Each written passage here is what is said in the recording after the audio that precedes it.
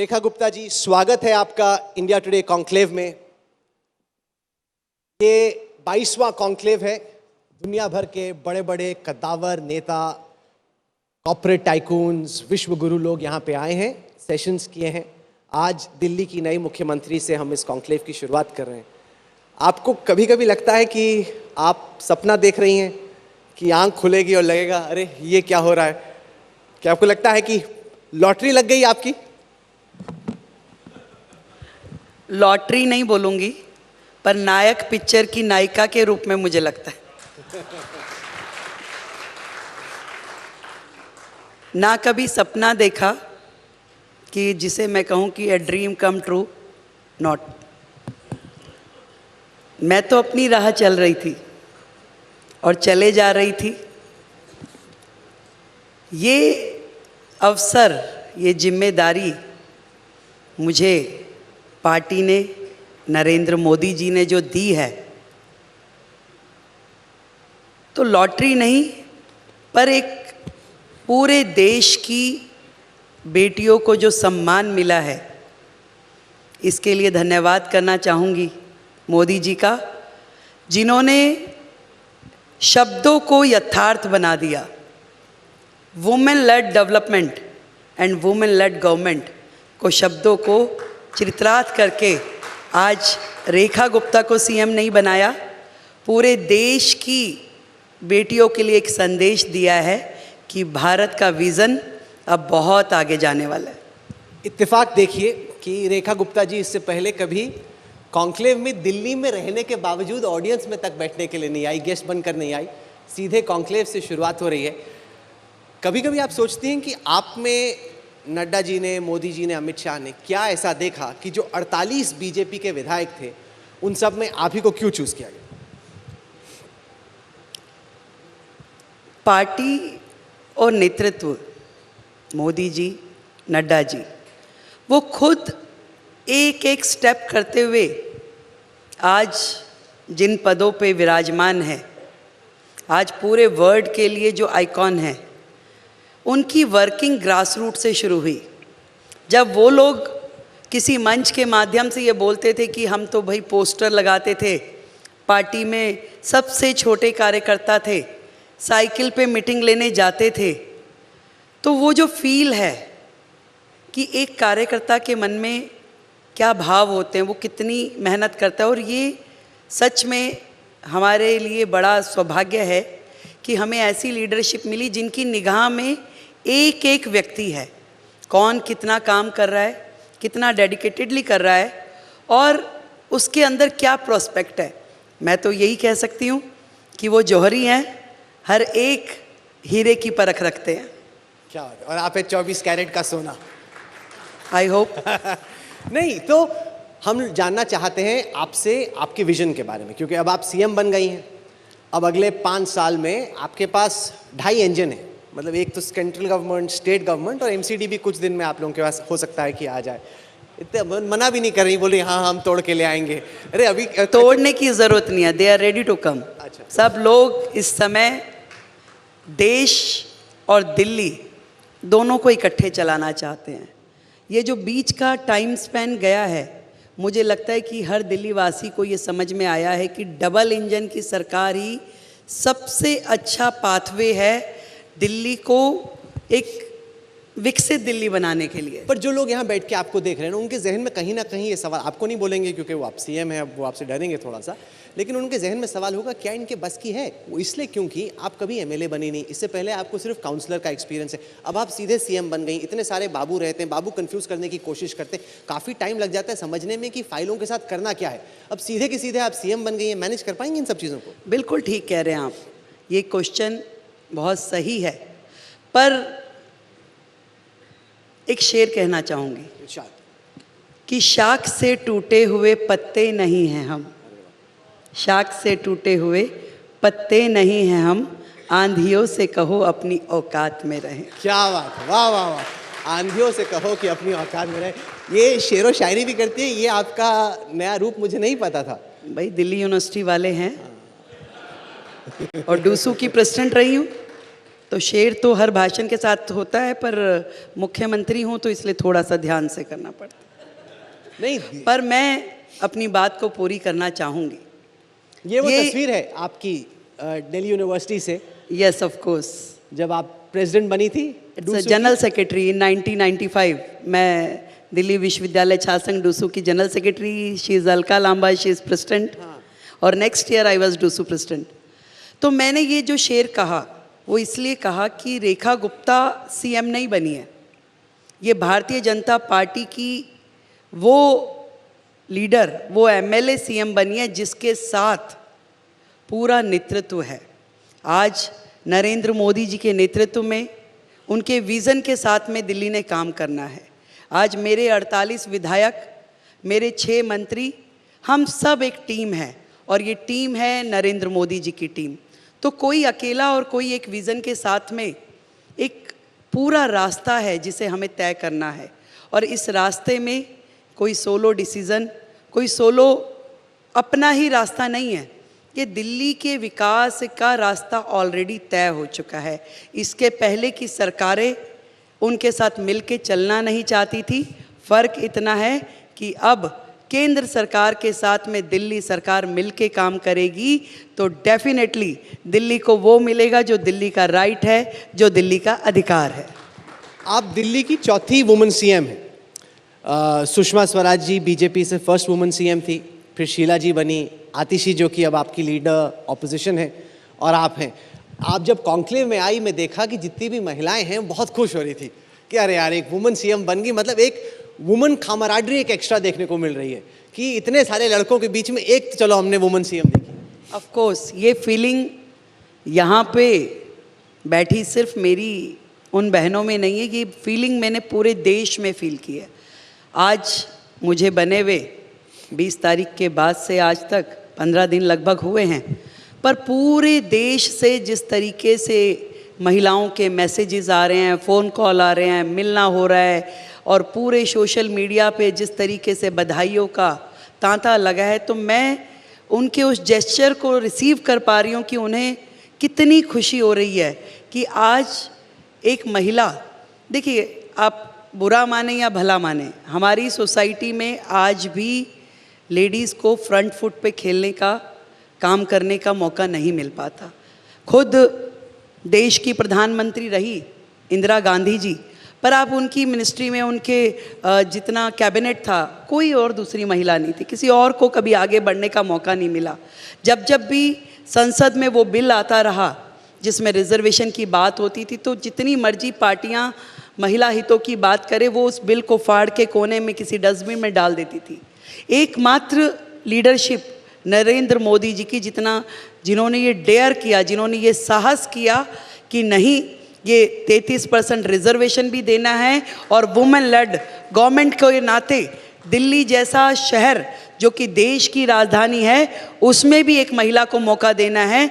तो ये एक बहुत बड़ा विज़न है पूरे देश के लिए। मैं समझती हूँ एक नया अध्याय शुरू हुआ है जिसमें महिलाएं आगे आ सकती हैं, काम कर सकती हैं, और सिंबॉलिक नहीं कि आपने सिंबॉलिकली कोई महिला कल्याण एवं बाल विकास दे दिया और इस तरह का विभाग देके उससे बिठा दिया। आज देश की फाइनेंस मिनिस्टर जब एक महिला के नाते काम करती है, एक डिफेंस मिनिस्टर सुषमा स्वराज जी रही, विदेश मंत्री, रक्षा मंत्री, जब इतने बड़े बड़े मंत्रालय महिलाओं को मिलते हैं, तो आप समझिए कि ये सिंबॉलिक और फेस लिफ्टिंग नहीं हो रही है, ये एक्चुअली महिलाओं को आगे बढ़ाने की दिशा में काम चल रहा है और देश आगे बढ़ रहा है। एक आपने कहा कि मोदी जी की टीम है, एक तो रेखा गुप्ता जी की भी टीम है। उस टीम को मैं आपको पीछे दिखाता हूं। अब आप घिरी हुई हैं ऐसे सीनियर स्टेट पॉलिटिक्स के लीडर से जो आपसे बहुत ज़्यादा एक्सपीरियंस है। मैं किसी एक का नाम नहीं लूँगा, मतलब लड़ाई नहीं करवानी भाई इनकी, बट परवेश वर्मा जी हों, सिरसा साहब हों, आशीष सूद जी यहाँ पे बैठे हैं, पंकज सिंह हो, रविंद्र इंद्र, कपिल मिश्रा हो, परवेश वर्मा हो, ये सब बहुत सीनियर हैं। और पब्लिकली कहें ना कहें, इनमें से कईयों के मन ही मन तो लड्डू फूट रहे होंगे कि भाई हमें भी लगता है कि सीएम बनने का मौका मिल सकता है। अब आपको लगता है कि ये बॉयज़ क्लब को मैनेज करना आपके लिए एक बहुत बड़ा चैलेंज रहेगा, क्योंकि उनको लगता है कि ज़्यादा एक्सपीरियंस्ड हम थे, ज़्यादा टाइम से एमएलए हम थे, केजरीवाल को हराया हमने, पंजाबी वोट लाए हम, तो अब बन गई सीएम आप। देखिए, कोई भी गलत फहमी में ना रहे, आज दिल्ली की ये जीत दिल्ली की जनता ने और देश के प्रधानमंत्री नरेंद्र मोदी के नेतृत्व ने दी है। तो जिस टीम के लीडर के रूप में आदरणीय मोदी जी हैं, तो हमारे लिए उनका एक वाक्य ही काफ़ी है। अगर उन्होंने हम में से किसी एक के जिम्मे जो काम दिया है तो वी आर टीम, हम मिल के उसे कर रहे हैं। शायद मेरी जगह मेरा कोई दूसरा साथी होता तो एक क्षण के लिए भी मेरे मन में ये ना आता कि ये जिम्मेवारी उसे क्यों दी गई। ये हमारे लिए ओहदा नहीं है, पोस्ट नहीं है, ये काम है, जिम्मेदारी है और टीम मोदी मिलके काम करने वाली है। आपको कहीं भी एक मिनट के लिए भी ऐसा नहीं महसूस होगा कि इस टीम में कहीं से कहीं तक कोई भी फ़र्क है। हमारा लक्ष्य तय है, हमारा रास्ता तय है और विकसित दिल्ली के लिए हमें काम करना है। विकसित भारत और विकसित भारत के लिए विकसित दिल्ली। हमारी नई चीफ मिनिस्टर हैं, पहली दफ़ा इंटरव्यू इस तरह के मंच पे दे रही हैं, इस तरह के डिप्लोमेटिक जवाब दे रही हैं। उनको सुन के मुझे लग रहा है कि जयशंकर जी को बोलना चाहिए कि फॉरेन सर्विस में डिप्लोमेट्स की ज़रूरत हो तो एक यहाँ से हम लोग भेज सकते हैं। नहीं, क्योंकि मैंने देखा, आपसे मैं मिलने आया था सचिवालय में और फिर असेंबली में जब आप सीएम बनी, कि आपके इर्द गिर्द जो लोग थे उनको लग रहा था कि इनको हम मैनेज कर लेंगे, इनको समझा देंगे। मतलब कोई बोल रहा है ऐसे कर लेना, आपको बताने वाले बहुत हैं। उनको लग रहा है कि चूंकि फर्स्ट टाइम के एमएलए हैं, इनको बता, अगर और उनमें से कोई बन जाता तो उनको हैंडल करना मुश्किल हो जाता। कि आपको एक तरीके से इन लोगों को लग रहा है कंट्रोल किया जा सकता है। क्या कहना चाहती हैं आप उन लोगों को जो लग रहा है कि दिल्ली की सीएम को कंट्रोल किया जा सकता है? देखिए, कंट्रोल तो जनता करती है और जनता के कंट्रोल में हम सब काम करते हैं। अब मैं वो मुख्यमंत्री तो नहीं हूँ जो शीश महल में बैठ के काम करूँगी। मैं वो मुख्यमंत्री हूँ जो जनता के बीच में 24 घंटे उपलब्ध रह के काम करने वाली हूँ। तो इसलिए जनता के कंट्रोल में मैं चलने वाली हूँ। जनता चाहे जिस दिशा में मुझे ले जाए और बाकी मेरे साथी हैं, वो जितना उनका मुझे मार्गदर्शन मिलेगा, गाइडेंस मिलेगी, मैं ज़रूर लूँगी। आप गई हैं शीश महल में, वैसा ही दिखता है जैसा आप बोलती हो। कि मैं एक झुग्गी में गया दिल्ली के इलेक्शन के टाइम पे, ऐसा बना रखा था जैसे ताजमहल हो। एक्चुअली मैं उस घर में भी गया हूँ जहाँ केजरीवाल रहते थे, उतना बड़ा नहीं था जितना कि ताजमहल आपने बना रखा था। आप रहेंगी शीश महल में जाके?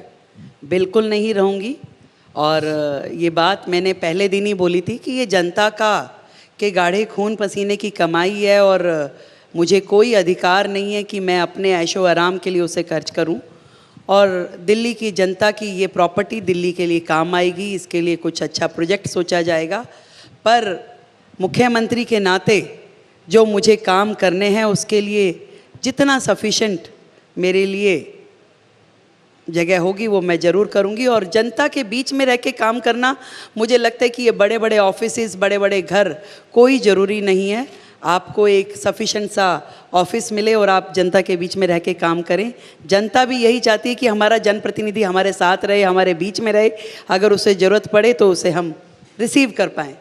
अच्छा, जब से आप सीएम बनी हैं, कुछ तस्वीरें हम लोग चलाएंगे। आप एकदम हर जगह पे जाके पानी चेक करें कि नलके में आ रहा है कि नहीं, सड़क देख रही हैं, स्कूल जाके देख रही हैं, कूड़े के ढेर देख रही हैं। तो यहाँ बैठे लोग जो आपको तमाम टेलीविज़न पे, सोशल मीडिया पे, डिजिटल पे, यहाँ कॉन्क्लेव में देख रहे हैं, उनको आप अपना थोड़ा विजन बताएं कि क्या आपसे एक्सपेक्ट किया जाए कि अगली दफ़ा आप कॉन्क्लेव में आएँ तो क्या, मैडम आपने क्या डिलीवर किया बताइए, क्या आप एक्सपेक्टेशन सेट करना चाहते हैं? दिल्ली की जनता की ढेरों उम्मीदें हैं। दिल्ली में रोज़ हजारों लोग नए सपने लेके आते हैं, अलग अलग राज्यों से। कोई व्यापार के लिए, कोई रोज़गार के लिए, कोई स्वरोजगार के लिए। और हर एक व्यक्ति को ये लगता है कि दिल्ली में मुझे ऐसा माहौल मिले, मैं अपना काम कर सकूं, मैं सुकून की ज़िंदगी जी सकूं, मेरे बच्चे अच्छे से पढ़ सके। तो वो जो आशाएं हैं, वो जो अपेक्षाएं हैं, एक मूलभूत सुविधाएं देने की, एक आधुनिक शहर देने की, वो जो परंपराएं दिल्ली की है उसको सजो के रखने की, मुझे लगता है कि बजाय इसके कि हम किसी पे दोषारोपण करें, बजाय इसके कि किसी बहस में पड़े, बजाय इसके कि हम किसी और नेगेटिव चीज़ों में एनर्जी लगाएं, दिल्ली की जनता को जो काम चाहिए मैं उस काम को करना चाहूँगी। आज दिल्ली में अनेक रिक्वायरमेंट्स हैं। हेल्थ के सेक्टर में काम होना है, एजुकेशन के सेक्टर में काम होना है, आज ट्रांसपोर्ट के सेक्टर में काम होना है, आज दिल्ली की सड़कें, आज दिल्ली का सैनिटेशन, हर चीज़ हर जगह हमें लगता है कि खामियां तो हैं। बहुत जनरल है, मैं कह रहा हूँ स्पेसिफिक बताइए कि क्या फंसा हुआ है। आप कब तक, जब अगली बार जब आप आए तो हमने बोले आपने मंच पे ये बोला था, वो आपने किया कि नहीं किया, स्पेसिफिक बताइए। देखिए, कुछ चीज़ें दिल्ली के लिए है। अब गर्मियाँ शुरू हो रही है, गर्मियों में 100% पानी की दिक्कत सालों से हम देख रहे हैं, पर मैं और मेरी टीम ने समर एक्शन प्लान पे काम करना शुरू किया है कि इस बार दिल्ली में वो पानी की समस्या ना हो या कम हो, उस पे काम शुरू हो चुका है। बारिशें आती हैं तो जगह जगह पे जल भराव हो जाता है। ये मैं बेसिक बात बता रही हूँ जो कि दिल्ली के लोग रोज़ाना उस चीज़ को झेलते हैं। आज पानी जमा हो गया, घंटों का जाम लग गया, पूरी दिल्ली के न्यूज़ चैनल, आप जैसे चैनल दिखाते, देखिए एक बारिश हो गई, जाम लग गया है। तो मैं चाहती हूँ कि वो जो बेसिक चीज़ है उस पे हमारा काम, तो उसमें उस मौसम के लिए कौन कौन से पॉइंट है जहाँ जल भराव होता है, उसके लिए हमें क्या क्या काम करना है। आज पॉल्यूशन एक बहुत बड़ी समस्या दिल्ली के लिए आपने है। कहा कि बारिश के टाइम पे पानी नहीं भरेगा सड़कों पे, इस साल 25-25 में नहीं भरेगा, 26 में नहीं कि 29 में, एकदम डेडलाइन सेट करते चलिए ना। बिल्कुल 2025 में ही आपको वो दिखने लगेगा कि आज जहाँ जहाँ जिन जिन पॉइंट्स पे पानी भरता था उसके लिए प्रॉपर मैनेजमेंट हुआ है, उसके लिए प्रॉपर कॉल ली गई है।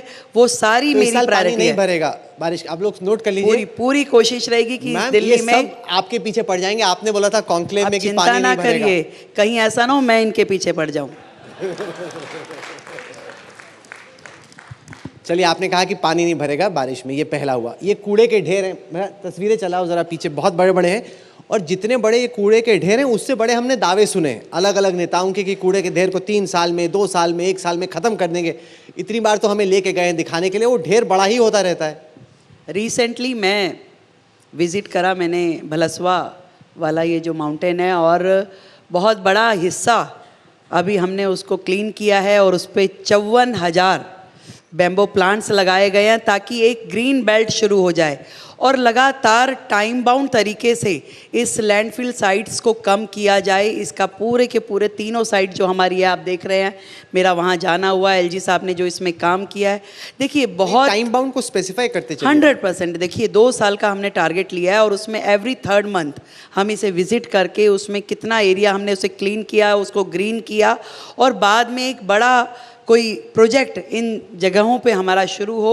मतलब 2027 मार्च में अगर आप कॉन्क्लेव में आई तब तो तक ये कूड़े के आपको ढेर ये नहीं पहाड़ नहीं दिखेगा, मैं ऐसा विश्वास दिलाती हूँ। मतलब पहाड़ छोटा हो जाएगा? 100% नहीं, खत्म हो जाएगा या छोटा हो जाएगा? छोटा हो जाएगा, खत्म नहीं होगा। खत्म होने का तो काम जैसे जैसे प्रोसेस में होगा। देखिए, आप सोचेंगे कि भाई रेखा को हम ये कह दें कि आज डेडलाइन, काम सिस्टम में होगा। आज वादे करने से, वादे करने वाली सरकारें जा चुकी हैं, काम करके दिखाने वाली सरकार आई है।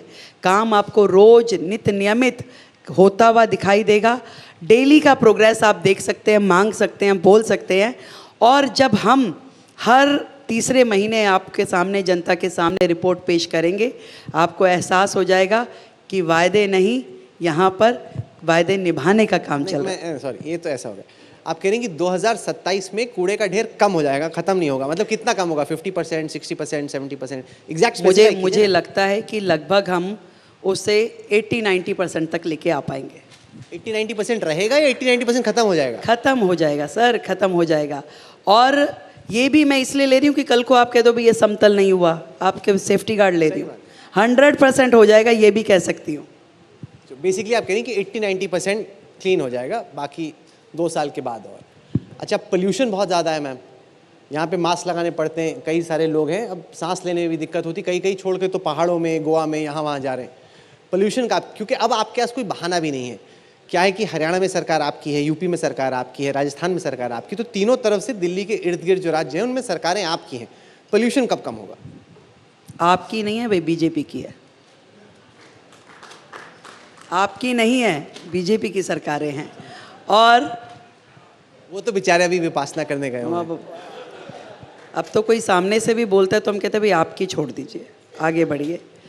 सही कह रहे हैं आप, और यही हमारा विज़न है, यही हमारा काम करने के लिए प्लान है कि पॉल्यूशन एक बहुत बड़ा दिल्ली के लिए समस्या है, और इस पे जो काम हमने सोचा है उसको बहुत ही टाइम बाउंड तरीके से, उस पर एक्सपर्ट्स की राय लेकर के जो काम तो करना है। क्या सोचा है और क्या टाइम बाउंड? बिल्कुल बिल्कुल, मुझे लगता है कि पॉल्यूशन के लिए हमें हर दिशा में, चाहे वो एयर पॉल्यूशन हो, वाटर पॉल्यूशन हो, हर एक के लिए काम करना होगा।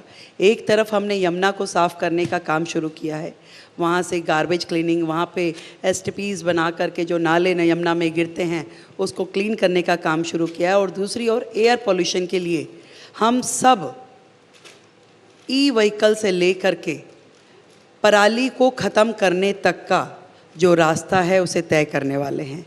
आज हमारे पड़ोसी राज्यों की ओर से जो दिक्कत हो या इन हाउस दिल्ली में जो समस्याएं हैं उन सबको समाधान करते हुए पॉल्यूशन को एक सॉल्यूशन मिले, इस बार की सर्दियों में आपको दिल्ली छोड़ के ना जाना पड़े, इस काम को बहुत ही गहन तरीके से किया जाएगा। इसी बार की सर्दियों में नहीं जाना पड़ेगा?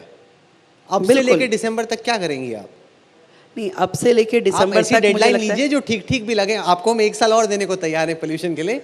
ऐसा ना हो कि प्रेशर में आप ज्यादा जल्दी आप IQ जो हमारा AIQ है उसको हम AQI उसको आप चेक करें और आपको ध्यान में आएगा कि किस तरीके से दिल्ली का पॉल्यूशन कम हो रहा है।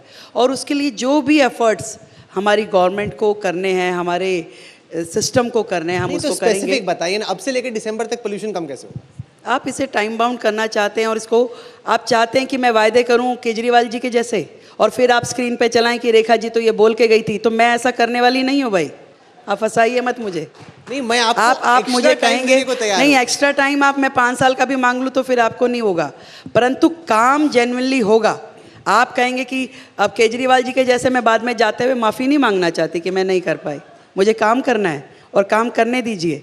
और काम करने के लिए आप कॉन्क्लेव की इस चेयर पे बिठा करके आप मुख्यमंत्री जी से डेडलाइंस लें, मुझे लगता है कि वो करने की ज़रूरत नहीं है आप लोगों को। आप दिल्ली में प्रोग्रेस देखेंगे, इतना मैं वायदा कर सकती हूँ। एंड देखिए, इसमें हकीकत यह है कि प्रोग्रेस हो तो इसमें आप ही का फ़ायदा नहीं है। आज जितने लोग बैठे हैं जो देख रहे हैं सबका फ़ायदा, सब चाहेंगे कि प्रोग्रेस हो, क्योंकि उसी से उसी सड़कों पे उनको जाना है। मैं उस दिन LG साहब के यहाँ गया, उन्होंने कहा कि हम यमुना को ऐसे बनाएंगे जैसे साबरमती है या जैसे टेम्स है, 100% कि वहाँ पे आप बोट्स लेके जा सकते हैं, कनूइंग, कयाकिंग कर सकते हैं। बिल्कुल। अब ऐसे सपने मत दिखाइए कि हम लोग बूढ़े हो जाएं और अभी भी गंदगी गंदगी वहीं पड़ी उसके लिए आपको बूढ़ा होने की ज़रूरत नहीं है। आप उसको 3 साल में देख पाएंगे कि आप हमारे साथ क्रूज में चलेंगे और एक ऐसा ही लाइव कॉन्क्लेव उस पर करेंगे 3 साल में। पक्का। नहीं, ये लोग तालियां बजा रहे हैं क्योंकि वो चाहते हैं। इसको आप नोट कर सकते हैं, आप करवा लीजिए। कोई है यहाँ पे नोट करने वाला? सब नोट कर रहे हैं, आप चिंता नहीं कर रहे हैं तो कीजिए। आप डेट फिक्स कीजिए। अच्छा, इतना कॉन्फिडेंस? आप डेट फिक्स अच्छा, कीजिए। देखिए, पोल्यूशन पे कॉन्फिडेंस कम है, यमुना पे ज्यादा, वो क्यों? देखिए बात सुनिए, हर काम को आज हम यमुना पे काम शुरू कर चुके हैं। पॉल्यूशन पे जो काम है वो दिल्ली में ट्रांसपोर्ट सिस्टम को ठीक करना, दिल्ली के महत्व जो चीज़ें हैं वो करना, पर पॉल्यूशन एक ऐसी चीज़ है जो आपकी सारी सराउंडिंग से भी दिल्ली में आता है। उसमें जो मल्टीपल एजेंसीज इन्वॉल्व है, हमें उन सब पे काम करना पड़ेगा। और मैं विदाउट होमवर्क बहुत चीज़ें बोलना नहीं चाहूँगी। मुझे लगता है कि मैं जब अपने आप में पुख्ता जवाब देने की स्थिति में हूँ और उस काम को करके दिखा पाऊँ, मुझे तभी बोलना चाहिए। नहीं, ये अच्छी बात है, कम ही बोलो वो बेटर है। डेडलाइन ऐसे ना लो तो मैं भी उसको अप्रिशिएट करता हूँ। पर आप कह रहे हैं कि 3 साल के बाद यमुना जी चलेंगे पक्का, कि हम लोग एक पंचायत स्टाइल का कुछ कार्यक्रम कर सकते हैं यमुना जी। 100% पक्का? बिल्कुल। तो ये तो अच्छा है, आप लोग जरा तालियां बजा दीजिए इस उम्मीद में कि ये हो जाए। अब होगा कि नहीं होगा अभी पता नहीं, लेकिन इस उम्मीद में कि ये हो जाए 3 साल के बाद, तो काफ़ी बड़ी बात। आपका इसमें कॉन्फिडेंस लग रहा है। वैसा तो नहीं होगा कि बाद में माफ़ी मांगेंगे केजरीवाल की तरह? मैं इसलिए वो काम करना ही नहीं चाहती। अब आप CM बन गई हैं, बहुत डिप्लोमेटिकली संभल के फूक फूक के जवाब दे रही हैं। मैं दर्शकों को दिखाना चाहता हूँ रेखा गुप्ता जी का पुराना रंग, जिसमें देखिए कितने जोश से, अग्रेशन के साथ वो अपनी पॉलिटिक्स कर रही हैं। वहाँ से लेके काफ़ी, अब जब ये तस्वीरें आप देखती हैं जिसमें मुझे मालूम है आप क्या दिखाने वाले हैं। आपका एक अलग सा चेहरा दिखता है, और मुझे मालूम है आप उसके क्या बाद दिखाने वाले आप जब अब कंपेयर करती हैं कि आपकी पॉलिटिक्स कैसे चेंज हुई है, तो आपकी दिल्ली यूनिवर्सिटी की जो पॉलिटिकल जर्नी है उससे लेके अब तक आप इस सफ़र को किस तरह से देखते हैं कि आप पहले किस तरह की अग्रेसिव पॉलिटिक्स किया करती थी, अब आप CM, आपको थोड़ी सी एम्बैरेसमेंट होती है वो सारी पुरानी चीज़ें याद करके? Not exactly. आज अरे बाप रे, अरे बाप रे, क्या अब करें? इतना गुस्सा आप इससे उस समझ में वॉशरूम आपको के आ ऊपर जाएगा कि मुख्यमंत्री कंट्रोल में आने वाली नहीं है। ओ तेरी, ये मारा आपने किसी को? निकाल तो दियो। नहीं, मारा किसको नहीं, मारा मारा सर पे? नहीं, मारा नहीं। खाली वो किया है। देखिए, आज आप इसे स्क्रीन पे देख रहे हैं, परंतु दिल्ली नगर निगम के इतिहास में एक वो काला दिन था जब मेयर का चुनाव था और आम आदमी पार्टी ने उस सदन का वो अपमान किया। ये पूरी रात सारे काउंसलर उस हाउस में नज़रबंद रहे, उस सिविक सेंटर की बिल्डिंग में नज़रबंद रहे, उनको बाहर नहीं जाने दिया गया। और ये सुबह सवेरे 6 बजे का वीडियो है जिस समय एक महिला, मतलब इतनी सारी वहाँ महिला पार्षद थी, उस प्रीमिसेस में इतने सारे गुंडे आए हुए थे जो झगड़ा कर रहे थे, जो कि चुनाव नहीं होने दे रहे थे जिस चुनाव को किया जाना था। और उस समय उन गुंडों के बीच में जो उन्होंने धक्का मुक्की वहाँ की, हमारी महिला पार्षदों को मिसबिहेव जो किया, तो उस समय उनकी रक्षा करना मेरा दायित्व था। तो उस समय चाहे मुझे दुर्गा बनना पड़े, चाहे मुझे जो काम करना पड़े, वो मैंने उन समय की परिस्थितियों में किया। और आज जो मेरी जिम्मेवारी है, उन जिम्मेवारियों को मैं निभाते हुए आज की भूमिका में काम कर रही हूँ। तो ना मैंने उस समय गलत किया, ना मैं आज गलत करूँगी। मतलब ये रोस्ट्रम अभी सेफ है, इसको कोई खतरा नहीं है कुछ इसमें से निकलेगा आप कुछ नहीं। गलत करने की कोशिश ना करें। अरे बाप रे। तो अच्छा, आपके शांत स्वभाव के पीछे मतलब जो गुस्सा है वो भी हमें। यूनिवर्सिटी की लीडर हूँ भाई। अच्छा, ये आप बार बार यूनिवर्सिटी बोल रही हैं, मैं दिखाना चाहता हूँ आपको कि किस तरीके से इस वक्त अखिल भारतीय विद्यार्थी परिषद से जो निकल के आए हैं, और मैम भी एबीवीपी की हैं, जितने भी सीएम बन रहे हैं वो वहीं के बन रहे हैं। हाल फिलहाल में एक बड़ी सूची हुई है। अच्छा, कुछ तो बीजेपी में है, कुछ कांग्रेस में भी हैं, जैसे रेवंत रेड्डी थे, तो देवेंद्र फडणवीस आते हैं एबीवीपी से, मध्य प्रदेश के मुख्यमंत्री मोहन यादव आते हैं, राजस्थान के मुख्यमंत्री भजनलाल शर्मा जी वो आते हैं, पुष्कर सिंह धामी हैं उत्तराखंड के, ये भी एबीवीपी से हैं, विष्णु दियो साई छत्तीसगढ़ के मुख्यमंत्री एबीवीपी से, और रेवंत रेड्डी कांग्रेस में है लेकिन वो भी हैं ओरिजिनली एबीवीपी के। तो मतलब कि जिंदगी में अगर राजनीतिक सीढ़ी पे आगे बढ़ना हो तो एबीवीपी ज्वाइन कर लो। ये तो नहीं मैं कह सकती, पर इतना ज़रूर कह सकती हूँ कि वो पहला प्लेटफॉर्म होता है जब आप समाज के साथ जुड़ते हैं, जब आपके मन में देश के लिए कुछ करने का जज्बा होता है, जब आप चाहते हैं कि सरहद पे तो शायद आपको कभी मौका ना मिले कि आप बंदूक उठा के खड़े हो पाएँ, पर हाँ, समाज के लिए जुटने का, समाज के लिए भिड़ने का मौका आपको उसी प्लेटफॉर्म से मिलना शुरू होता है। और आपके अंदर धीरे धीरे वो ऊर्जा इकट्ठी होती रहती है जब आप आगे देश के काम आ सकें। बीजेपी के 14 चीफ मिनिस्टर हैं, उसमें एक लौती महिला आप हैं। अब मैं देखना चाहता हूं कि आप इसको कैसे देखती हैं। एक है कि ये नोशनल टोकन रिप्रेजेंटेशन है कि दिल्ली तो फुल स्टेट भी नहीं है, एलजी भी हैं, होम मिनिस्टर भी हैं। ये देखिए, सारे इतने सारे चीफ मिनिस्टर, पेमा खांडू अरुणाचल से लेके योगी आदित्यनाथ जी कल आएंगे उन तक, सारे इतने सारे पुरुष चीफ मिनिस्टर्स के बीच में एक दिल्ली की महिला मुख्यमंत्री। तो एक तो उसके लिए तालियां। दूसरा ये कि आपको लगता है कि ये नोशनल है या जेन्युइन एम्पावरमेंट है विमेन की? आपको क्या लगता है? आपके तेवर देख के तो मुझे लग रहा है कि आप काफ़ी हैंडफुल होने वाली हैं सबके लिए। तो बस आप उसी दिशा में मूव करें। दिल्ली देश की राजधानी है, यहाँ कुछ भी करने से पहले बहुत कुछ सोचा जाता है। यदि आदरणीय मोदी जी ने ये जिम्मेवारी मुझे सौंपी है तो मुझे लगता है कि वक्त ये बताएगा कि दिल्ली में ये जो महिलाओं को सम्मान मिला है, ये कितना आगे जा कर के इतिहास रचने वाला है। मैम, इस सेशन में वक्त ख़त्म हो रहा है। आपने कहा कि आप शेर व शायरी बहुत अच्छा करती हैं, तो कोई ऐसा शेर सुनाते जाइए जिसमें कि कोई वायदा भी हो कि दिल्ली के मुख्यमंत्री को कैसे आंका जाए, क्या सोचा जाए उनके बारे में, और क्या वादा है दिल्ली की जनता से और देश की जनता से जो आप करना चाहती हैं सेशन को ख़त्म करने से पहले। कहना चाहूँगी कि चूँकि इससे पहले की सरकारों ने इस सिस्टम को इतना अस्त व्यस्त कर दिया है कि आज जो सत्ता, जो सिस्टम हमें मिला है, उसमें काम शुरू करते हुए जो मैं फील कर रही हूँ उसको शब्दों में बयां करूँगी कि आप मेरा भाव ज़रूर समझें कि जो मेरे मन में और मेरी पार्टी के मन में काम करने की उमंग है दिल्ली के लिए, वो कहना चाहूँगी कि इस नदी की धार से ठंडी हवा आती तो है, नाव जर्जर ही सही लहरों से टकराती तो है, कि ढूंढ लाओ कहीं से एक चिंगारी है दोस्तों, इस दिए में तेल से भीगी हुई बाती तो है। क्या बात है, वाह। अच्छा, जब मैंने बोला कि आप कुछ शेरो शायरी कीजिए, मैं सोच रहा था कर पाएंगे नहीं कर पाएंगी, बोलेंगी छोड़ दो, लेकिन आप तो एकदम, मेरे को लगता है कि यहाँ तो सिलसिला शुरू हो सकता है। तो अगली दफ़ा आप आएंगी, आपने जो वादे किए हम लोग देखेंगे कि वादे किस हद तक पूरे हुए, लेकिन आप यहाँ पे आई, अपना सबसे पहला मीडिया कॉन्क्लेव का आपने इंटरेक्शन यहाँ पे किया, उसके लिए हमारी तरफ से आपको बहुत बहुत धन्यवाद और शुभकामनाएं भी। जो आप सफ़र पे निकली हैं वो न केवल आपके लिए ज़रूरी, यहाँ जितने लोग बैठ रहे हैं देख रहे हैं सबके लिए ज़रूरी है। आपकी कामयाबी में पूरी राजधानी की कामयाबी है, तो आप अच्छे से विकास कीजिए, अपना भी और इस शहर का भी। बहुत बहुत शुक्रिया। Ladies and gentleman, can we have a standing applause for the chief minister of Delhi, Rekha Gupta, here for the first time at the India Today Conclave. This is a lady, and I'm sure you've already felt that we'll be hearing a lot more about in the months and years to come. And you heard her and experienced her first here at the 2025 India Today Conclave. Can we have a warmer round of applause than we've heard so far? Thank you so much.